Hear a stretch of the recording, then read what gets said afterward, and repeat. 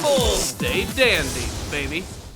Here's a challenge to everyone who's watching Don't Toy With Me, Miss Nagatoro. Every single time that someone blushes, take a shot. You're gonna die. The biggest shocking twist about Don't Toy With Me, Miss Nagatoro is that I am continuing to like it, and it's starting to become, dare I say it, heartwarming? I mean, look, let's not beat around the bush. Nagatoro is not high art, it's not Shakespeare or anything, but it still manages to make me laugh every single episode, and getting to see that Nagatoro, while she does just absolutely love fucking with Naoto, she's starting to warm up to him just a little bit more. She's never going to probably outright admit her true feelings for this guy. I mean, isn't this guy even curious as to why she is constantly hanging around him in a school filled with tons of people? I mean, that's the thing, though. You have to suspend your sense of disbelief when it comes to shows like this.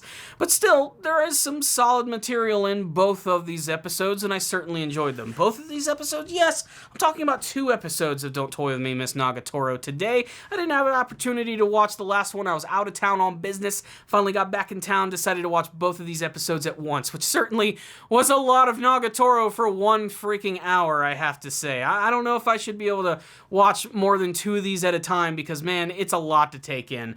But like I said, there's this heartwarming element that's slowly starting to inject itself into the series, and I have to admit, I kind of like it. But let's break this down. I want to talk about the previous episode first because we finally get formally introduced to Nagatoro's friends, which are very similar to her in many senses, aside from the fact that they might be a little dumber. But essentially the cringe levels get up to 15 when we get to see that Naoto decides to have lunch in the lunchroom, which is a bad idea for him because there's nowhere for him to sit, except for conveniently the table where Nagatoro and all her friends are, and she ends up flagging him down and bringing him into the fold, which essentially just becomes this really painful moment for him.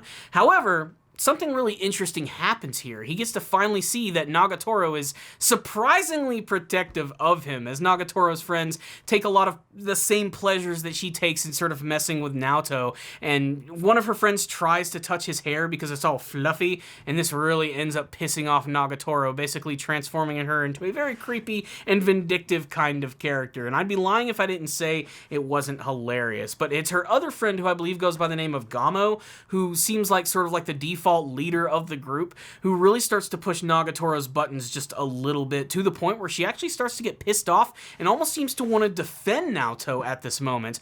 Naoto ends up making kind of a fool of himself here, but still, it's great to see that even he is growing as a character in terms of actually trying to stick up for himself a little bit, especially because Gamo was really pushing these buttons, saying that these two are together, they were boyfriend and girlfriend. I don't know, just something about this moment was great, especially when Nagatoro was defending him and having this sort of intense rivalry moment with her friend. I don't know, while they can come across as kind of annoying, especially in the next episode, it's good to have more characters like this, as I don't know if the entire series could stand alone on just, Nagatoro and Senpai.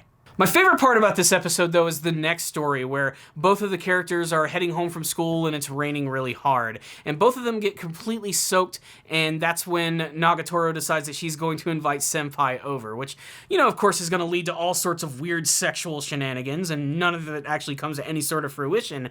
But it's great moments between both of the characters showing how they've become really good friends, with Nagatoro playing some video games with Naoto, which at first was really satisfying, I have to say. The reason I really liked it is because clearly Naoto's kind of an introverted, geeky kind of gamer kind of guy, and he really has a big advantage against Nagatoro and takes her out in the first match of this fighting game, and he seems to take a lot of carnal pleasure in the fact that basically he's getting revenge against her for all the times that she's given him shit.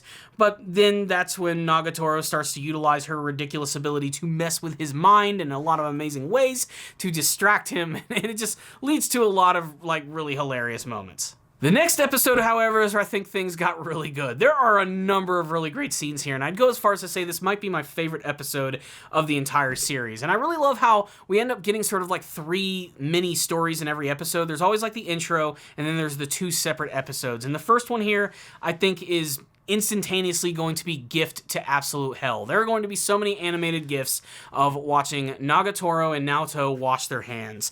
A lot of this is, of course, due to the sexual implication between the two characters of Nagatoro constantly rubbing Naoto's soapy hands, which If you look at it, well, you know exactly what it looks like. There's a job going on, and it involves hands. But the next part of the episode involves what I believe is Japan's favorite thing in the world, boobs. Tits, knockers, gazongas, whatever you want to call them, they're the subject of the next big joke of the entire episode, where suddenly Nagatoro doesn't show up in the art room, it's her two friends, and they basically want to mess with Senpai. Basically, it's all about the fact that Naoto has never, as they said, squeezed any boobs before, and they basically force him to do this, and I'd be lying if I didn't say that this was incredibly creepy. The fact of the matter is, Naoto was forcibly held down and forced to grab someone's boob, and that's just sexual harassment. Of course, the punchline ends up being that he never really actually grabbed any boobs in the first place. They put these little bean buns inside of their shirts, so basically he never really touched anything.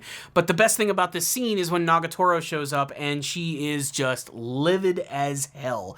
Again, the best thing about this show might just be the expressions of the characters, and whether they're blushing or have creepy bulging eyes or vampire-like teeth, it's moments like this where you never get to see these faces too often that remind you that, yeah, these characters have a lot of range. So after Senpai's mind has been melted by Nagatoro's friend, they get the hell out of Dodge, and that's where Nagatoro decides to basically one-up them in a really interesting way. At first, of course, she's very upset over the fact that she believes that Naoto actually went through with this and ended up touching one of their boobs, but that's when she decides to actually do the same thing, except that she does it in a more playful manner. She actually has these bean buns as well, one of which is some sort of super awesome premium bean bun, and apparently it's something that must be tasted. It's just fucking amazing. Japan loves their sweets.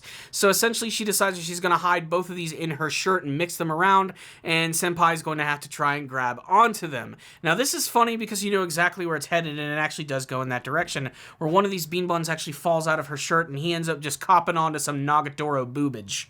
This is great for a number of reasons. Great for the fact that, yay, Senpai finally got to touch a breast. And two, because Nagatoro absolutely freaks the hell out about it. It's always really good when she gets her comeuppance and actually feels a little embarrassed, almost more so than Naoto himself. So, in a way, it's like karma. The next part of the episode goes back to the same old storyline we've seen a couple of episodes where we get to see that Nagatoro desperately wants to see herself drawn by Senpai, and he's never really pulled it off amazingly well yet, but this is the moment where things get, like I said, surprisingly heartwarming. But mostly it's just played for fan service with Nagatoro having to go through all of these ridiculous poses, but it leads to what might be the funniest scene of the episode for me personally, when she suddenly just arrives in the classroom pushing a massive couch into the room all by herself. How the hell did she get it in that room by herself? She ends up going through a ton of suggestive poses, which of course messes with Naoto's mind, until eventually she gets tired out and decides to lie down and fall asleep, where Naoto finally decides to draw her for the very first time. And it's a very nice drawing. He says he rushed a little bit. I think it looks really good, but he finally got to capture Nagatoro in a quiet, more calm moment, which is something that she actually does end up appreciating, which I thought was really cool. There's another moment between the two characters that I want to talk about, but just a little bit more as we get into the rundown of Don't Toy With Me, Miss Nagatoro. This show's weird. It's amazing how a show that has so small of a premise and is mostly filled with just a ton of stupid sexual jokes can have some surprisingly strong character moments between these two leads. I think one of the most important ones came in the most recent episode of the series, where Nagatoro is not only pestering Naoto, her senpai, but she's also trying to help him grow a little bit more, to become a little more adventurous and less of an introvert. And not that being an introvert is bad or anything, but it is good to learn how to communicate people on a more human level, and she wants him to be a lot more, well, confident in terms of what he's actually doing. This was teased a little bit during the whole scene where she was falling asleep and wants him to take more charge, but most of this came in the moment where she wants to teach him how to praise people, because if you praise people, you get praised back. This, in turn, will grow your confidence in a number of different ways. And first, she wants him to actually compliment her on a number of things, and he thinks it over, of course, overanalyzing everything before mentioning her hair for the first time. But then he mentions that first time when they met each other where she did that really awesome twirling Chun-Li styled kick. He thought that that was really badass, and you could tell that this really flustered her and made her very happy, but she desperately tried to bury it and not show too much of an appreciation for this appraisal moment. That's when she decides to go back on him, basically saying that he's goofy and he has a funny face, and that's pretty much it. This scene is small, but it's really important to show how these two characters are, in a way, teaching each other. And that's what I think is really interesting. You know, Nagatoro is learning just as much as Naoto is, too, because she simply just doesn't want to admit that she really likes this guy and doesn't want to say it out loud. By her teaching Naoto, she's also going to learn to be able to talk about her true feelings herself. It's cliche in some ways, and I've seen it done in a number of other, slice-of-life anime series, but here it's actually pretty solid across the board.